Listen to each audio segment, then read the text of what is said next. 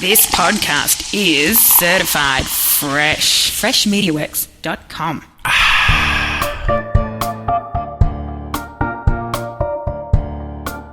But I went in on Monday, had my first casting on Wednesday, had my first shoot on Friday, and I'd gone from working in a bar, making £5 an hour, to a place where they're going to pay me 50 quid an hour to take my picture? Okay. Welcome to Lunch with Chris. We're your host, Chris Daly, brings you uplifting interviews with extraordinary individuals making a positive impact. Join as he introduces remarkable people who have left their mark on their respective fields. Have you ever thought about doing your own podcast? It is the absolute best way to grow your brand, spread your message, and build your following. Fresh Media Works can help. We do all the heavy lifting, and you just focus on your message. To find out how easy we can make launching your new podcast, call 713-269-4620 or check us out at freshmediaworks.com.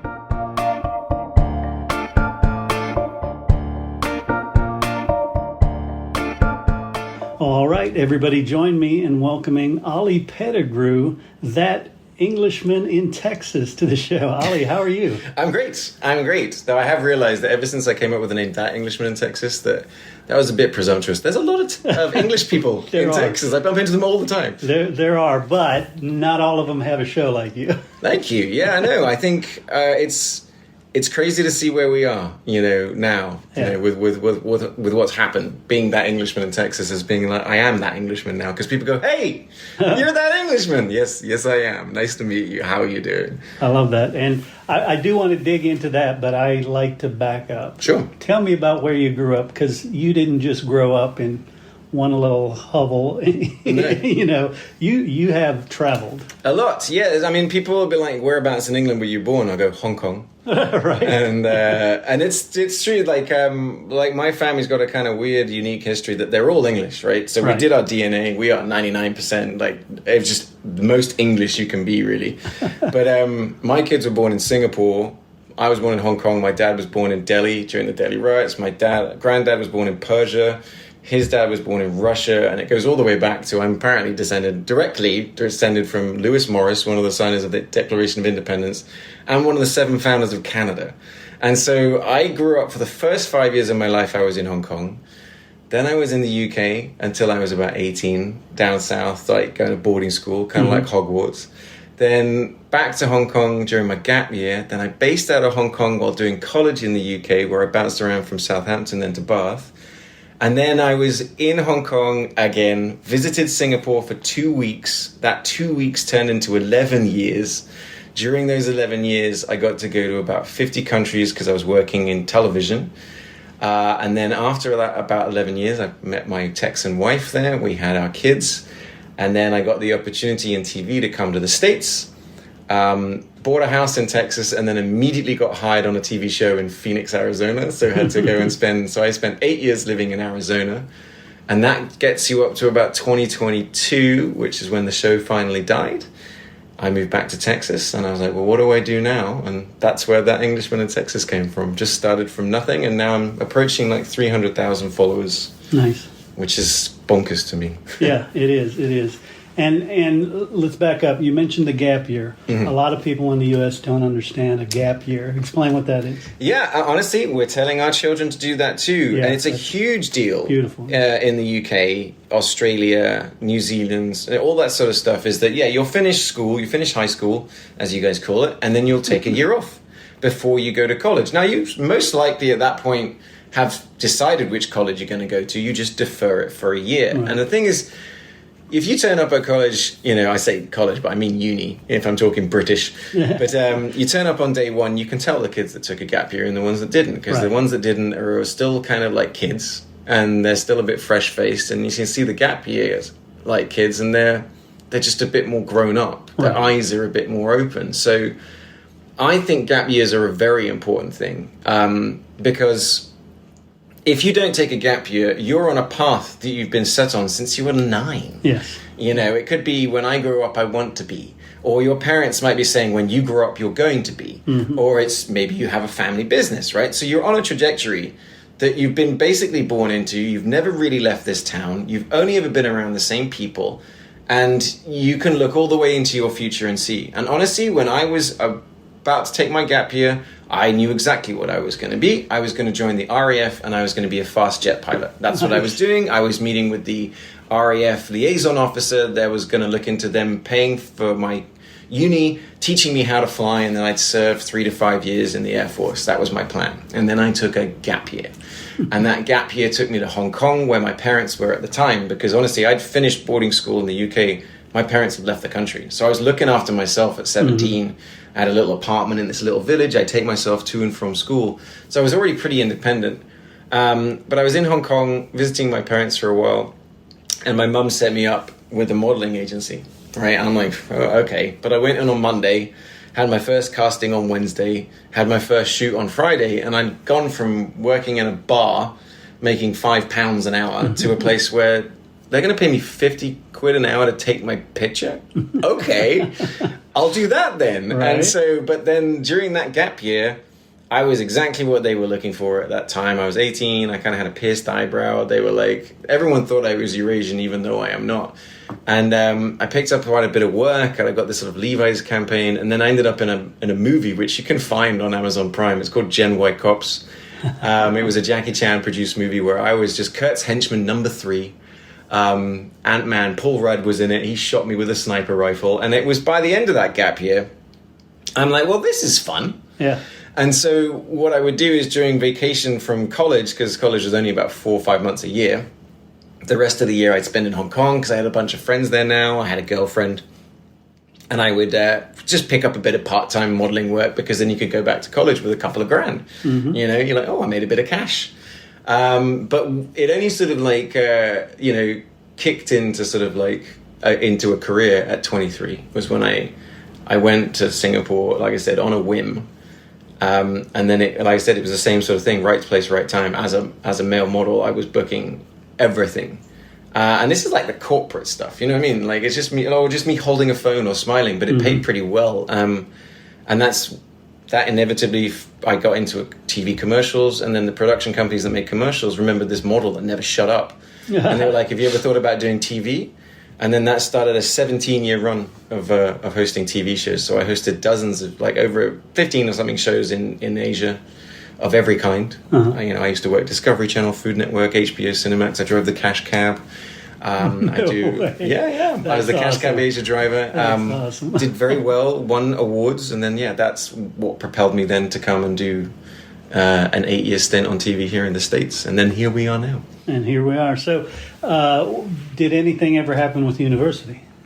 Yeah, so that was college was like, once I was done with my gap year, I went back to college, but now my focus was on, I knew what I wanted to be, but what I was doing in college was corporate communication.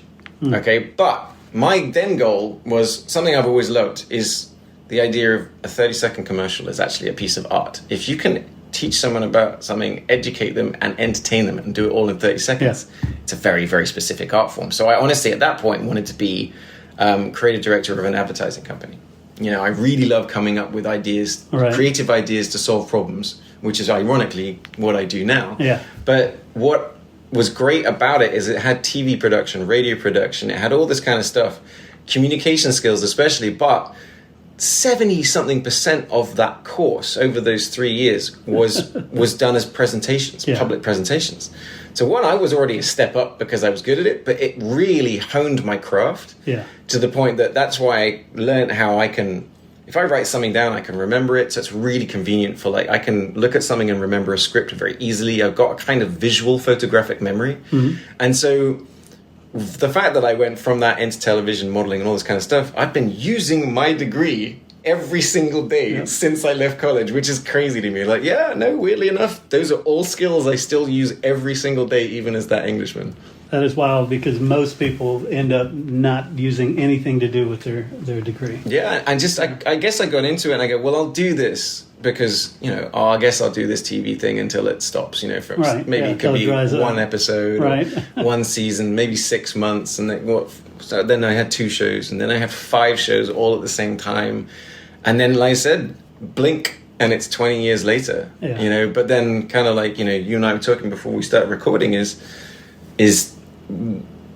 TV's changed, the way people consume media has changed, and it's like I realized that okay, there's not going to be, well, there might be in the future, but what I mean is like I can't wait for the right casting or the right show anymore. It's all about personal brand and being a direct link to people, bringing your stories to them. Create the right show. Yeah, and so the thing is that I was always so busy with TV that I always wanted to podcast, and I got my movie podcast now, and I always wanted to do sort of videos online, but if you're doing it as your job all day, every day, the last thing you want to do when you come home is do more of that. Yeah. You know, you need to stop, deprogram, especially when you're doing a high-intense TV show like what I was doing right this minute was we were doing 2 half-hour episodes a day, every day, Monday through Friday, and 2 weekend shows as well. And it's like, I had 10 days off a year for the first 5 years. So I was just, at one point, hit burnout for the first time in my life. Someone that's like, I can always say yes, I'll always do it, I always go the extra mile. But, you know, as all of us humans eventually find out, hubris will catch up with you. And I realized I wasn't invincible. And that's when I, you know, the last few years has been a big sort of time for me of like readjusting myself, being focused on mental health and being open and honest about it. I talk a lot about it. But then also like this move to Texas, I was just doing this meet and greet yesterday, and I had a video, I got it ready to go for next week, but it's about the idea of realizing how much I've slowed down, allowed myself to slow down, suddenly how much more patience I have, how much my, like, any sort of, like, irritability and rage has gone. You know, I've, you know, really leaned into that sort of the slow-moving Texas mindset that you can get living in Central Texas. Because, trust me, when I get on the roads around Dallas or Houston or Austin, it's like, oh, no, here we go. But I like sort of tottering around, like, you know, coming to my house, you know, people, I always tell them, because I'm off a back road, off a back road, off a back road, I go, as soon as you're lost and you think you're in the wrong place, you're in the right place. Nice. But that's what I really like about where I live, and you know, 2.5 acres and the chickens and the dogs and the cat. And I love that. Yeah, it's if you told me 5-10 years ago that 1, I'd be living in Texas, like, but 2, I'd be actually thriving, like I'd be reinventing myself and finding a new element to my life, I don't know if I would have believed you. Yeah, it's an interesting balance, because I've lived in huge cities. I've lived all over the place, but, you know, came back to the country. Grew up in the country, but came back because of that. It's such a different chill. You know, you can just relax. And I think the work you put out, now that everything's online, the work you put out, I think, is much better than in that rat race. Yeah, I mean, I agree. I mean, I do something with that Englishman is like, so I started telling the stories because I find it interesting, and I find Texas to be a fascinating place. It's got a really interesting history and mindset, and because that mindset is very much derived from, you know, that history. I mean, like the glass you're drinking water of right now has the Davy Crockett quote, you know, you may all go to hell and I will go to Texas, right? Texas, it's such a unique sort of like mindset that it really sort of pulled me in, and I feel like there's so much more to do and to explore. And like I originally thought maybe I could do maybe 16-20 videos, and it's nearly 600, and realizing that there's so much more to do and so many more stories to tell and history to find. And it's just like, it's the people as well. You know, Texas is really like one of my very, very first videos, and it's always something I ask Texans as well when I meet them, is like, you know, do you know the state motto of Texas? And do you know the state motto of Texas? Friends? Friendship. Very good. Friendship. Tejas means friend. That's right. That's one of my. That's right. But yeah. So if you follow, I passed. You did, and actually you did better than 99% of people. That's great, because a lot of people think it's come and take it, or they think it's don't mess with Texas or anything like that. But actually, yes, Tejas means friend. But it's because if we go even further back, the etymology of the word Texas from Tejas goes all the way back to the Caddo Nation, the people of this area, and their word Tesha for friend and ally is what, and that's what I mean, is that Texas literally means friend. Right. And I say this with no hyperbole, as someone who has been to 50 countries and lived all over the place, is that Texas is the friendliest place I've ever been. Yeah. And when I was sort of having that understanding, realizing how misunderstood Texas is outside of Texas, I kind of took it on as a bit of a responsibility. Nice. Like I wanna sort of tell these stories. I joke I consider myself the unofficial Texas ambassador. Yeah. But what I thought I was doing to begin with was telling this story of Texas for non-Texans. What I realized I'm actually doing is telling the story of Texas to Texans. Yeah.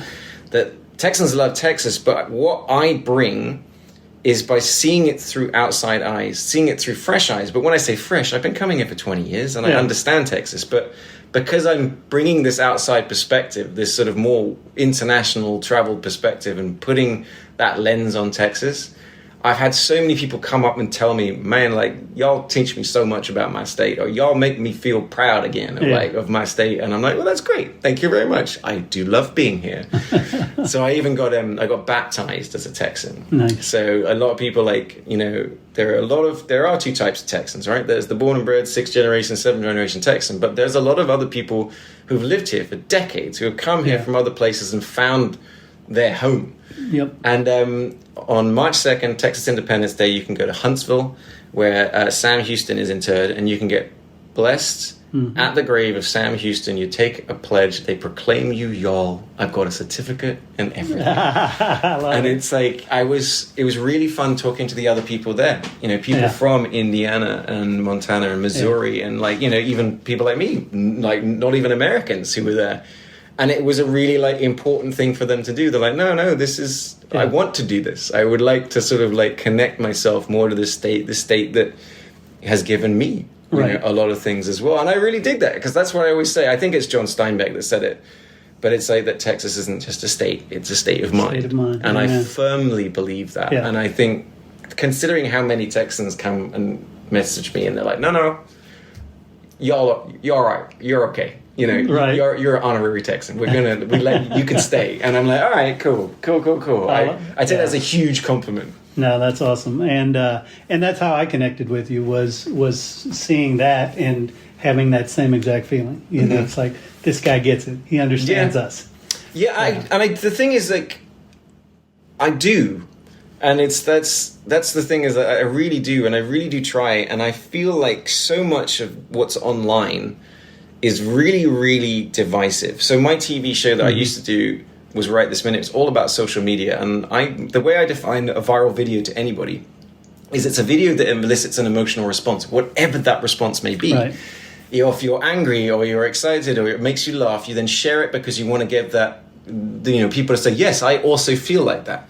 Now, the most powerful, as many people have discovered online, is anger and fear. Yeah. And it really pushes people apart. But in a very, very, very close second, if not equal first, is humor.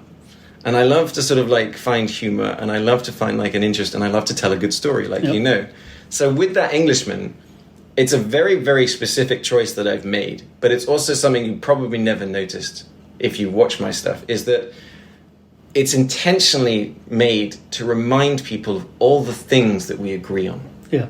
It's all about that. It's that because, and it's something that I learned from travel, that it doesn't matter if I was in Oman or Nepal, it doesn't matter if I was in the Middle East or wherever, that when it really came down to it, and I'd meet people and half the time I'm not even speaking the same language, but we're speaking in body language and we're connecting, is that it's family and friends and food and sports and music and all this. I was going to say, I tell you, I noticed that because for me, covering Texas high school football for 26 years now, I've had many opportunities to tell salacious stories. Right.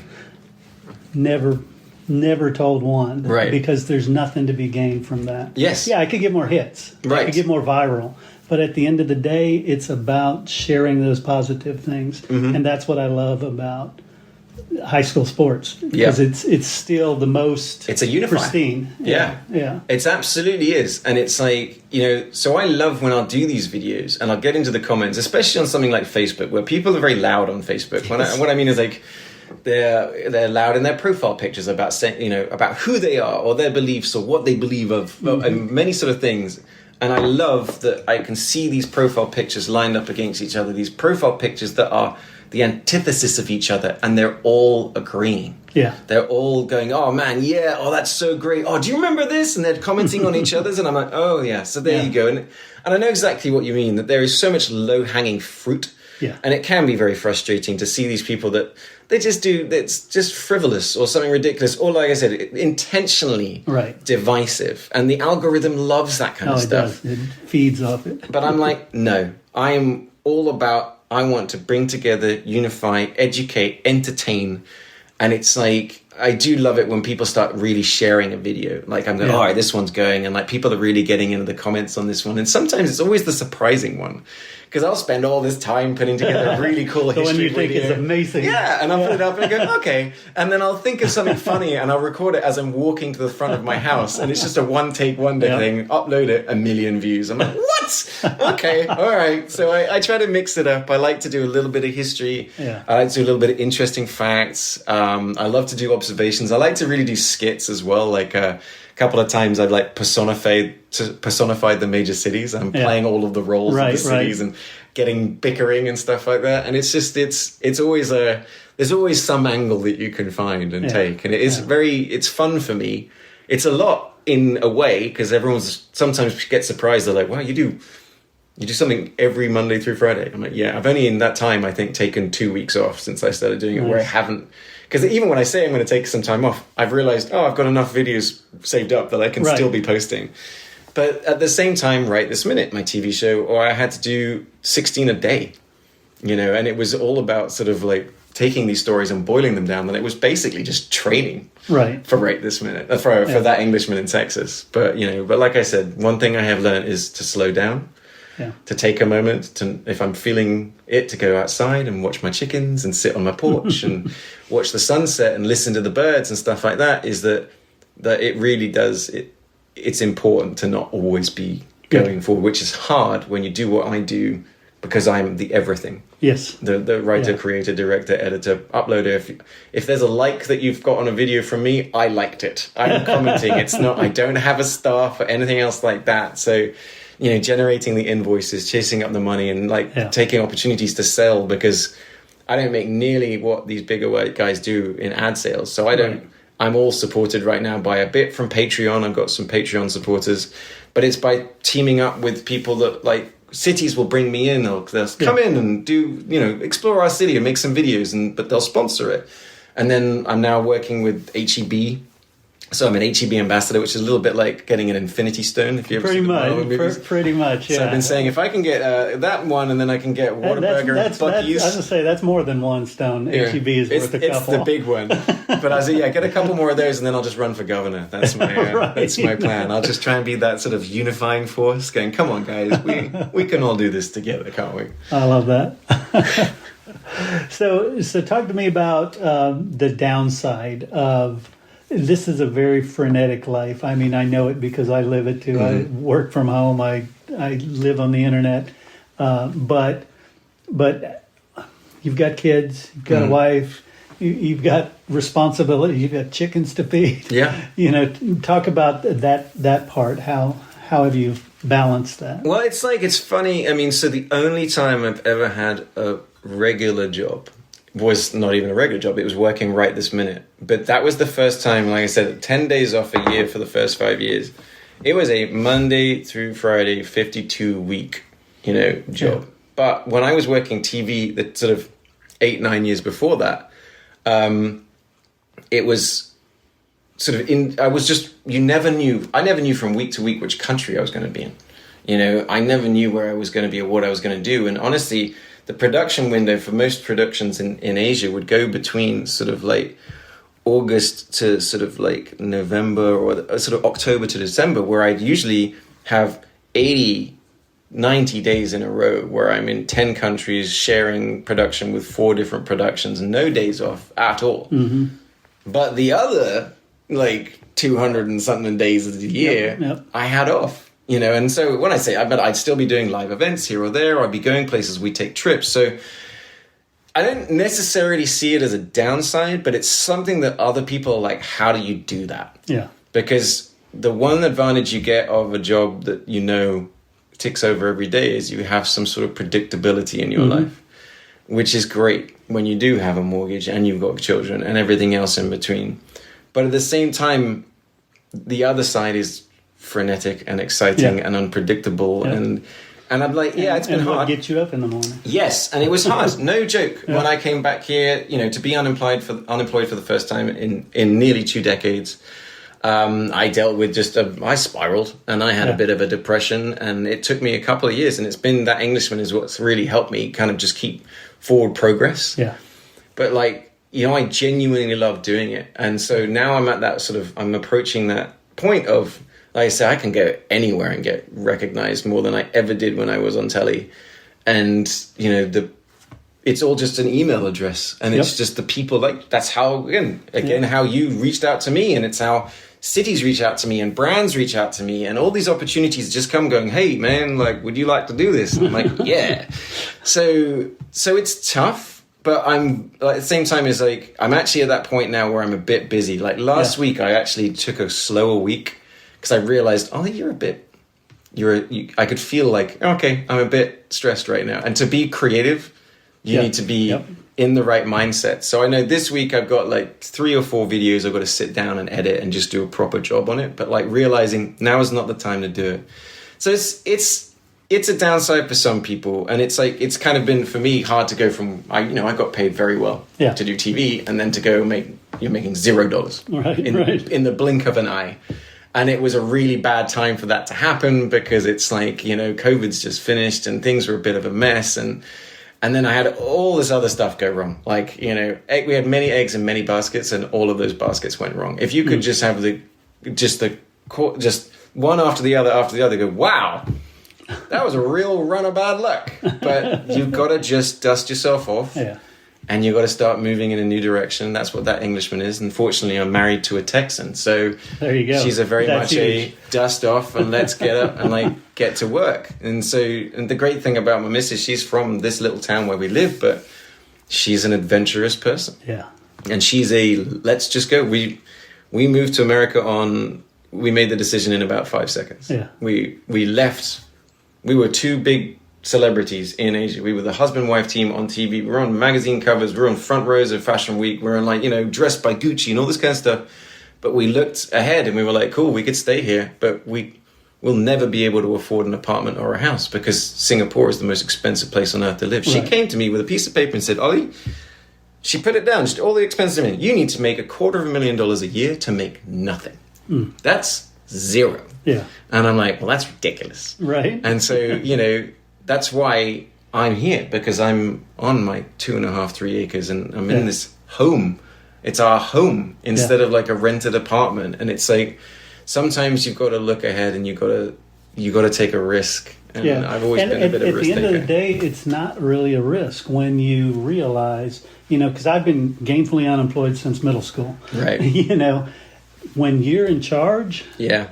All you have to do is go out there and find the work, which you can do, as you've seen. Yeah. My missus sometimes talks about that. She said, sometimes you can just make money appear out of nowhere. And I'm like, well, it's stressful, but it is. But I think it's more stressful a 9 to 5 because they can always rely on them. They can take it away. Exactly. And that's exactly what I've been saying to people is like the worst part about working in TV is it doesn't matter how good you were or how hard you worked. Yeah.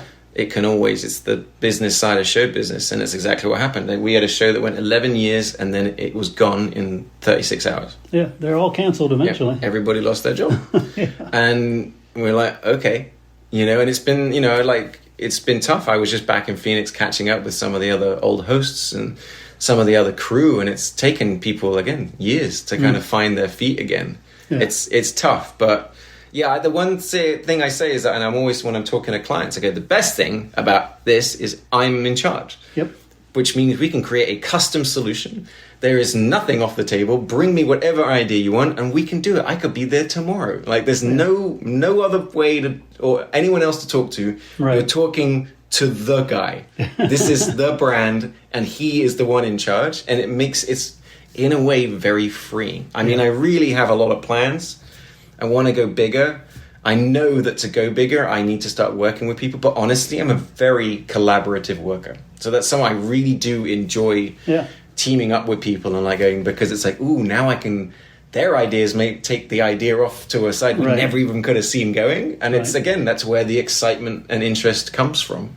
Yep. Teamwork makes the dream work. That's what I say. Yeah. I'm also one of those people as well that I'm very much one of those people that a rising tide raises all boats, because I'm like, there's a certain sort of like mindset. It's a very American mindset of to be a winner, you have to make sure there are losers.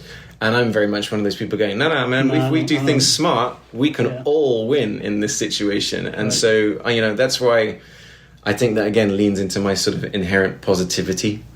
That's so. Yeah, I'm always out there looking, and I had an opportunity yesterday. I met 2 people that came out to my meet and greet, but they were from Facebook pages going, "Do you have any ideas?" And I go, "I know exactly how we can partner up, and we can do some history stuff and help each other out." And the other guy is like, he's from a publishing background. He's like, "Have you ever thought about doing that Englishman book?" And I'm like, "Yeah." And I'm like, "Great, let's talk. Let's set up a meeting in Hewitt." And so it's just about that. In the moment, you meet someone, you see something. Yep. Have a handshake, pass over a business card, and before you know it, you're onto something else. Well, I feel confident that we will look back at this as that was the start of something pretty big. That would be awesome. Yeah. Seriously. But that's what I love about this is that, you reached out, you happened to be in town.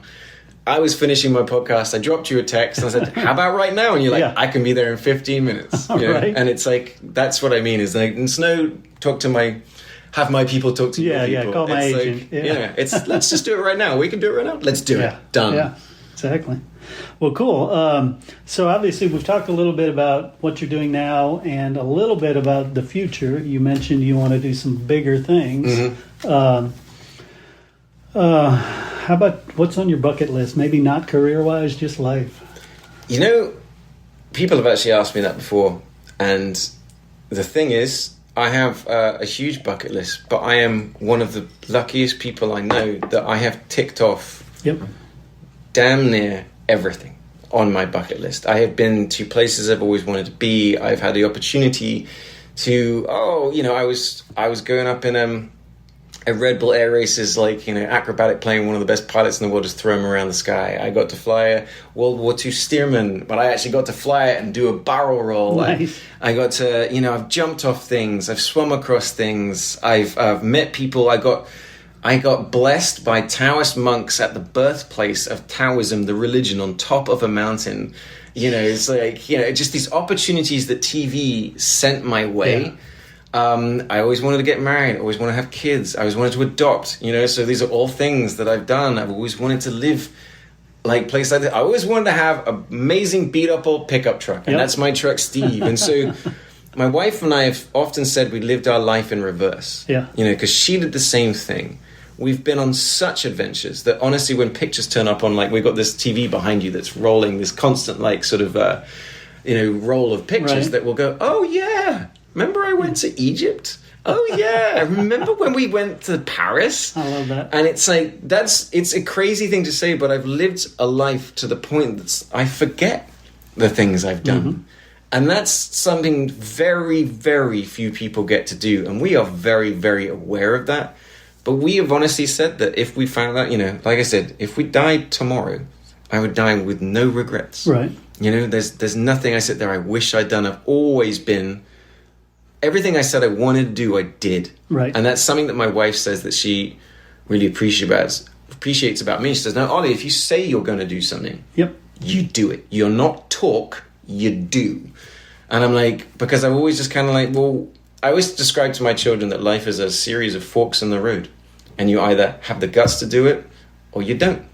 And I'm not criticizing anyone who decides to take the safe one, but I've always been let's go for it. Where we are today is a direct response to the decisions we've made in life. Yeah, but you only get one life; you might as well live it. Amen. Amen. So that's the thing is that if I really had to think about it, things on my bucket list I haven't got to do yet is that I've always wanted to own an absolutely immaculate, pristine American sort of late 60s, early 70s muscle car. Oh. And it's just we have so much in common. 69 Camaro is the one I want. It's a magic, beautiful, right? It's or the red with the white stripe down the middle. Yeah.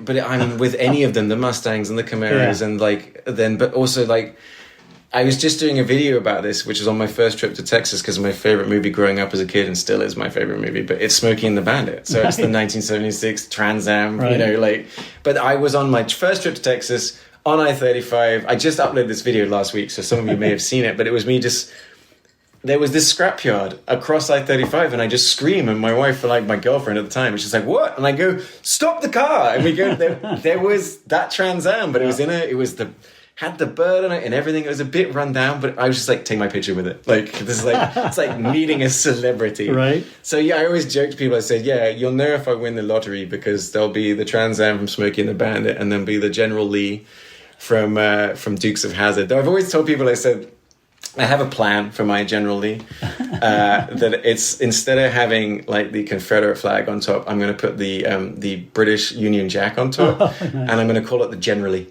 I love it. But it's just, I love those cars, and they're just so pretty, and they're all so beautiful and shiny and chrome, and so I'm one of those guys that when I see people on the road and they're driving them, I'm like waving at them. I'll put the window down just so I can listen to the engine. Yeah, I'll stop and say, nice car at the stoplight. Yeah. I finally got the chance to drive a Mustang. It was awesome. Oh, yeah. The other car for me, again, movie related, the Bluesmobile. Yep, yeah. That's my all-time favorite. That's a classic. Movie. Yeah, that's a great one. Honestly, I've got a really good friend of mine, guy. He did my custom-made hat. So I've got this beaver pelt hat made by Jimmy Pierce down in Hutto. He's an incredible artist, but he loves that sort of stuff as well. So he's got a Blues Brothers hat, which he also has an Indiana Jones hat signed by Harrison Ford. Nice. But he's also got the Blues Brothers, all of this gear. So he's got the suit, the briefcase, and the handcuff, and everything else. And if you actually look around his place, oh my God, you've got all these like props from Blues Brothers and props from Indiana Jones and stuff like that. So I was just like, again,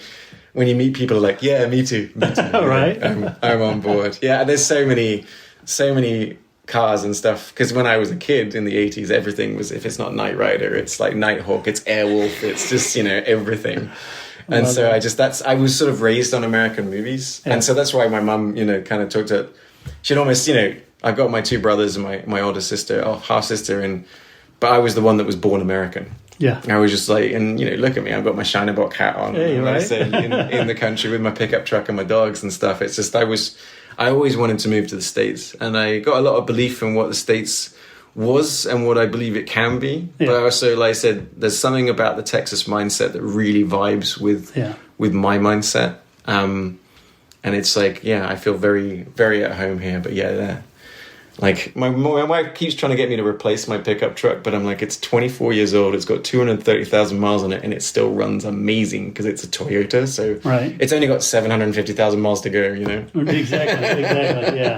Yeah, I'm with you. That is so cool. Oli Pettigrew, gosh, I want to thank you so much. Thank you. For sharing some time with me and your stories. They're fascinating. Yeah, it's always fun to have a good chat, and that was a good chat.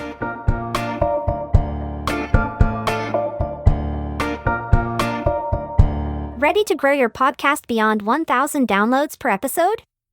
Join the Podcast Masters Guild and unlock proven strategies, expert coaching, and a community of fellow podcasters to elevate your show. Visit freshmediaworks.com/PMG and start growing today.